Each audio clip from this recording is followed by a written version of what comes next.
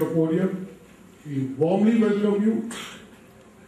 We are honored to have you here, and to say the least, the recipient of this award, sir, is a most worthy, deserving artist who, besides following all the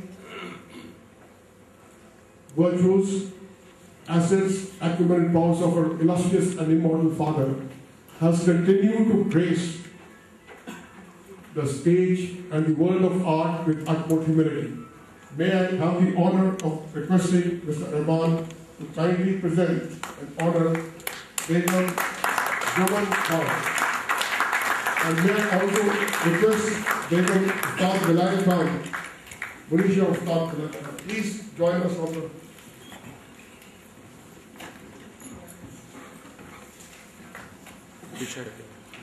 खुशामदीद ए रहमान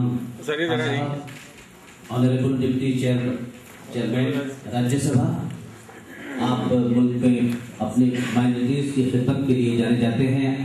आपका नाम बड़े अदब एहतराम से लिया जाता है। आप आज अवार्ड पेश करेंगे मोहतरमा यमन कल्याण एक लाइन में इसको बाउंस मार दो। हजरत अमीर खुसरो अवार्ड।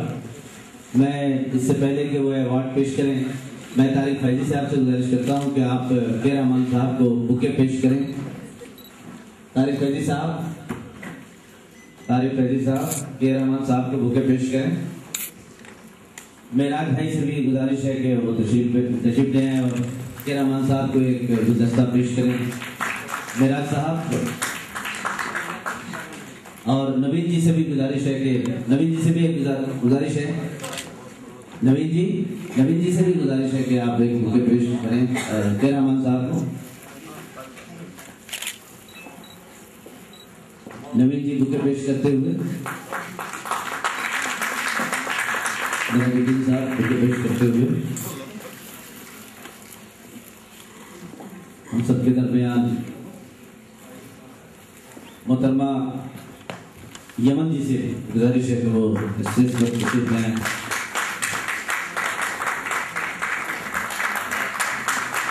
आज ये महफिल के लिए गाई गई है। आज हम सब के लिए बड़ी खुशी की बात है कि यमन साहिबा को हजरत अमीर खुसरो अवार्ड से नवाजा जा रहा है। हजरत अमीर खुसरो हिंदुस्तान की हेरिटेज की, कल्चरल हेरिटेज की एक बहुत बड़ी हस्ती, बहुत बड़ी शख्सियत हजरत अमीर खुसरो अवार्ड से नवाजा जाना। बहुत बहुत मुबारकबाद यमन साहिबा आपको, बहुत बहुत मुबारकबाद तमाम सामीन की तरफ से, डिस्ट्रिक्ट ऑडियंस की तरफ से और में मौजूद तमाम खवातीन हज़रात की तरफ से आपको मुबारकबाद। एक मिनट साथ में आ जाइए। सर शाहीन साहब भाई थोड़ा सामने देख लीजिए। सर मैडम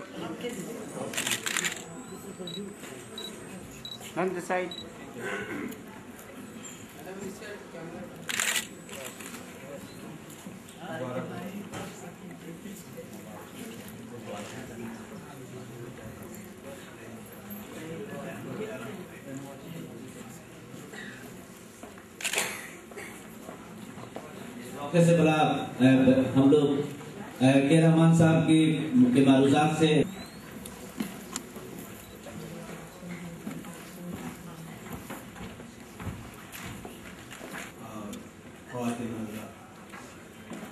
मैं माजरत चाहता हूँ। मुझे फौरन बेंगलोर की फ्लाइट पकड़ना है और मेरी 7 तक मैं रहूँगा। मगर फंक्शन लेट शुरू होने की वजह से मुझे आज ये खुशनसीबी है कि मैं आज ये प्रोग्राम देख सकूँ। मैं मुबारकबाद देता हूँ बेगम ज़हरा को, जो उन्होंने अपने वालिद के फन जिंदा रखा और आज उस्ताद विलायत अली खान साहब और उनकी हस्ती को कौन नहीं जानता है, हिंदुस्तान का बच्चा जानता है उनके फ़न को। और ये इत्तेफाक की बात है कि मेरे फादिल्लाह और वो बहुत दोस्त थे। वो कभी के टाइम में आज सितार का जो फ़न है ये ख़ासकर हिंदुस्तान की एक विरासत है और हम इस फ़न को जिंदा रखना चाहिए और ऐसे हमारे कलाकारों की हिम्मत अफजाई। अवार्ड जो होते हैं ये कोई एक रस्मी तौर से नहीं, कुछ फॉर्मेलिटी नहीं है। अवार्ड दिया जाता है कि कलाकार की जो कला को उसकी रिकॉग्नाइज करें, उनकी हिम्मत अफजाई करें ताकि और ज़्यादा कलाकार आए। और जो ऐसे कलाकार हैं ये सिर्फ उनका फ़न उनकी हद तक महदूद नहीं होता, ये सारी अपने पुश्त से पुश्ता पुश्त आप ये कला ये इनके फ़न का जो ये है वो लोगों को पहुंचाते रहते हैं, फैज़ पहुंचाते रहते हैं। मुझे उम्मीद है कि बेगम यमन साहिबा भी सिर्फ ये सितार की जो फ़न है ये आने वाले नौजवानों में जो इसको आगे करें और कोशिश करें कि ज़्यादा से ज़्यादा लोग इस फ़न में आएँ और ये फ़न को जिंदा रखें। मैं दोबारा हमारे जो मुंतज़िमीन हैं उनका शुक्रिया अदा करता हूँ और मैं माज़रत चाहता हूँ कि आज बहुत यहाँ का इनके फ़न जो आज उजागर होने वाला है, यहाँ फ्लाइट पकड़नी है इसलिए आप प्रोग्राम में थोड़ी सी तब्दीली करनी पड़ी। अवार्ड सेरेमनी वाले प्रोग्राम को तो थोड़ा जल्दी से मेरे मुराद यमन साहिबा से है। हज़रात गिरामी ये बहुत ही अजीब से सानहे की बात है और शगुन की बात है कि आप सब जानते भी होंगे कि जब विलायत खान साहब मुंबई में एक प्रोग्राम पेश कर रहे थे और इत्तेफाक से यमन रात में वो पूरी तरह से खो से गए थे, उसी असना में उसी घड़ी में यमन साहिबा ने इस धरती पर कदम रखा और जब उन्हें मालूम हुआ कि वही घड़ी थी जब मैं मसरूफ था अपने राग में, यमन राग में और मुंबई में, तो उन्होंने इनका नाम ही यमन रख दिया और इस तरह से इनका नाम यमन के नाम से आज मुल्क के गोशे गोशे में मशहूर मारूफ है। मैं चाहता हूँ कि इस अवार्ड के मौके पर आप सब की जानिब से उन्हें भरपूर तालियों से स्वागत करता हूँ।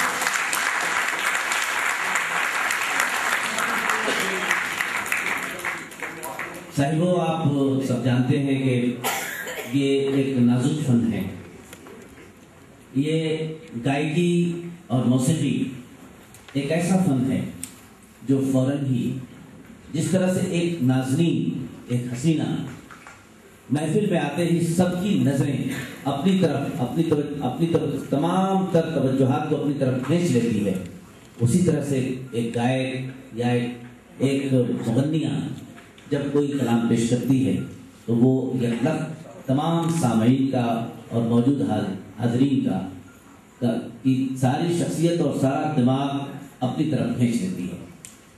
ये ऐसा फन है जो सबको नहीं मिलता, ये अतिय खुदाबंदी है और ये अतिय खुदाबंदी इन्हें भी नसीब है। हरचंद के प्रोग्राम में हमारे दरमियान हमारे के रहमान साहब मौजूद नहीं हैं, लेकिन आप सब सामईन में मिराजुद्दीन साहब, हमारे भाई जनस मिराजुद्दीन साहब और शाहीन साहब सब लोग मौजूद हैं और ये हमारे लिए खुशकिस्मती की बात है कि और हिंदुस्तान के और इस दिल्ली की बड़ी बड़ी शख्सियतें यहाँ पर जलवा अफरोज हैं। हम फ़ख्र करते हैं कि ऐसे सामईन हमारे पास हमारे इस हॉल में मौजूद हैं और ये प्रोग्राम मुनक़िद किया जा रहा है। हज़रत गिरामी सितार का फ़न जिसके बारे में अभी मिराजुद्दीन साहब आता है, कुछ ऐसे आलात मौसीकी का जिसका रिनोवेशन, जिसको असर नौ फिर से बनाने में, संवारने में और उसे हिंदुस्तान के गंगा जमुनी तहजीब से जोड़ने में, यानी मौसीकी में भी एक ऐसा एक ऐसा उसलूब मिलता है, एक ऐसा स्टाइल मिलता है, एक ऐसी कैरेक्टरिस्टिक्स मिलती है कि उसे जब हम गौर से सुनते हैं या पढ़ते हैं तो ऐसा लगता है कि हिंदुस्तान में मजहब और मिल्लत की वो तमाम तर तफरीक, रिलीजियस जो कंट्रडिक्शंस हैं वो सब के सब यहीं पर आकर खत्म हो जाते हैं।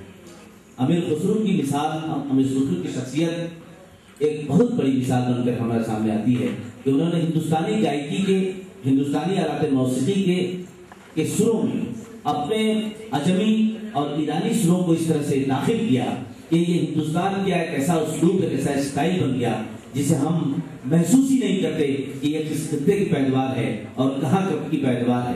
बस हम ये समझते हैं कि ये मौसीकी है और इस मौसीकी में क्या हिंदू, क्या मुस्लिम, क्या सिख, क्या ईसाई सब झूमते हैं, सब सरापा दिल बन करके अपने दिलों को ठान लेते हैं और अपनी समाज को बेदार रखते हैं। हज़रत अमीर खुसरो ने सितार की जब इजाद की थी तो बीन के कुछ तंबा को कम करके उन्होंने सितार की इजाद की थी।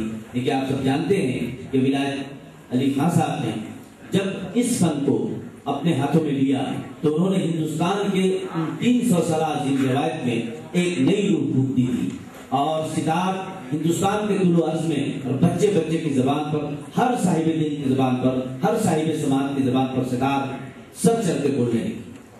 ये कमाल था विलायत अली खान साहब का, जिस घराने से ताल्लुक रखती हैं हमारी यमन साहिबा ने और इनकी जो दीगर जो है ना मुशीरा हैं, तमाम लोगों ने मिलकर के इस फन को आगे बढ़ाने की कोशिश की और इन्होंने इस फन को आगे बढ़ाने के सिलसिले में अपने तन मन धन से अपने तमाम तर वक्त को, अपने तमाम तर सलाहियतों को भरपूर तरीके से उसका इस्तेमाल किया और नई नस्ल तक इस फन को पहुंचाने में अंतर कोशिश की है। और शायद यही वजह है कि आज इन दो तंजीमों ने, यानी मालिकन जी बारी ने और उर्दू प्रेस क्लब ने इन्हें अवार्ड के लिए, हज़रत अमीर खुसरो अवार्ड के लिए कितना अप्रोप्रिएट वो साबित हुआ ये अवार्ड इनके लिए कि जिस सितार की इजाद अमीर खुसरो ने की थी और जिस सितार को उरूज की बुलंदियों पर विलायत अली खान ने पहुंचाई थी, उन्हीं के घराने की, उन्हीं के नूर नजर की नजर आज ये अवार्ड है।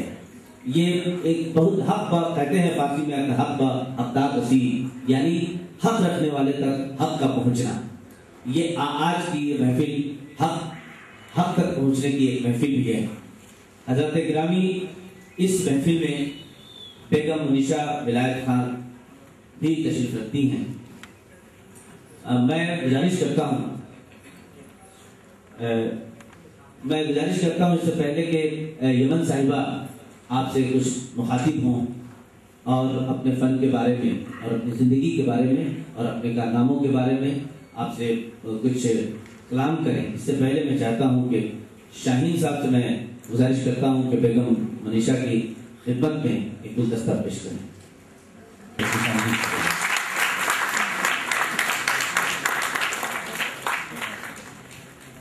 कलाम बाकायदा मोहतरमा यमन साहिबा को लिखाते रहे हैं, लिखवाते रहे हैं और उसे दुरुस्त करते रहे हैं। आज के मौके पर हामिद साबरी साहब को गुलदस्ता पेश करेंगे हमारे तारीफ।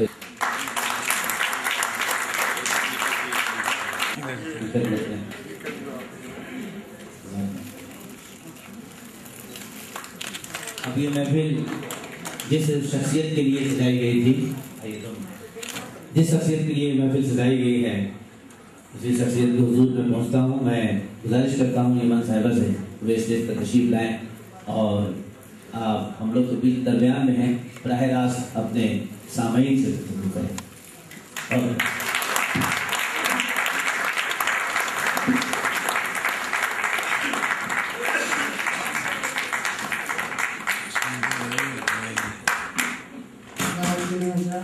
मैं तो बिल्कुल बोलना ही नहीं चाहती, मैं तो सिर्फ गाना गाने के लिए आई हूँ, लेकिन मैं बहुत शुक्रगुजार हूँ कि आप लोग सब यहाँ पे और इतनी देर हो गई है, तो मैं चाहती हूँ कि बोले बगैर गाना ज़रा शुरू करें। आप सब अमीर खुसरो का अवार्ड दिया जा रहा है और अपने बाप दादाओं का नाम, उनके नाम पे कोई धब्बा ना आए। आप सब दुआ करें कि मैं अच्छे से अच्छा आपके सामने जाऊँ। और बहुत शुक्रिया आप लोगों के इंतज़ार का और मैं आप ज़्यादा इंतज़ार नहीं करूँगा।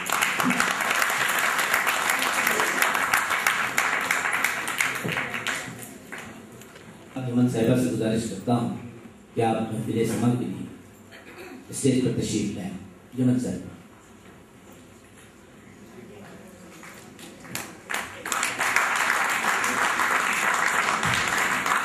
और उनके साथी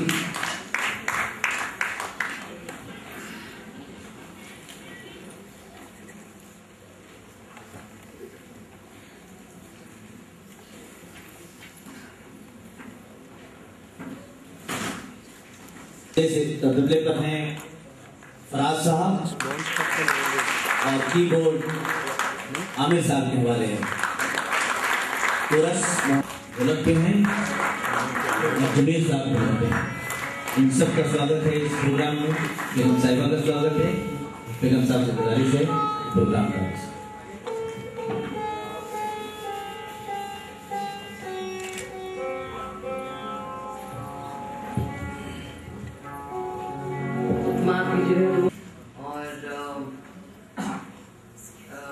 हज़रत अमीर खुसरो ने तुर्क से थे, फारसी में भी लिखते थे। फिर अपने पीर के मोहब्बत और इश्क में उन्होंने जिस सरजमीन पे उनके पीर थे उनके लिए खड़ी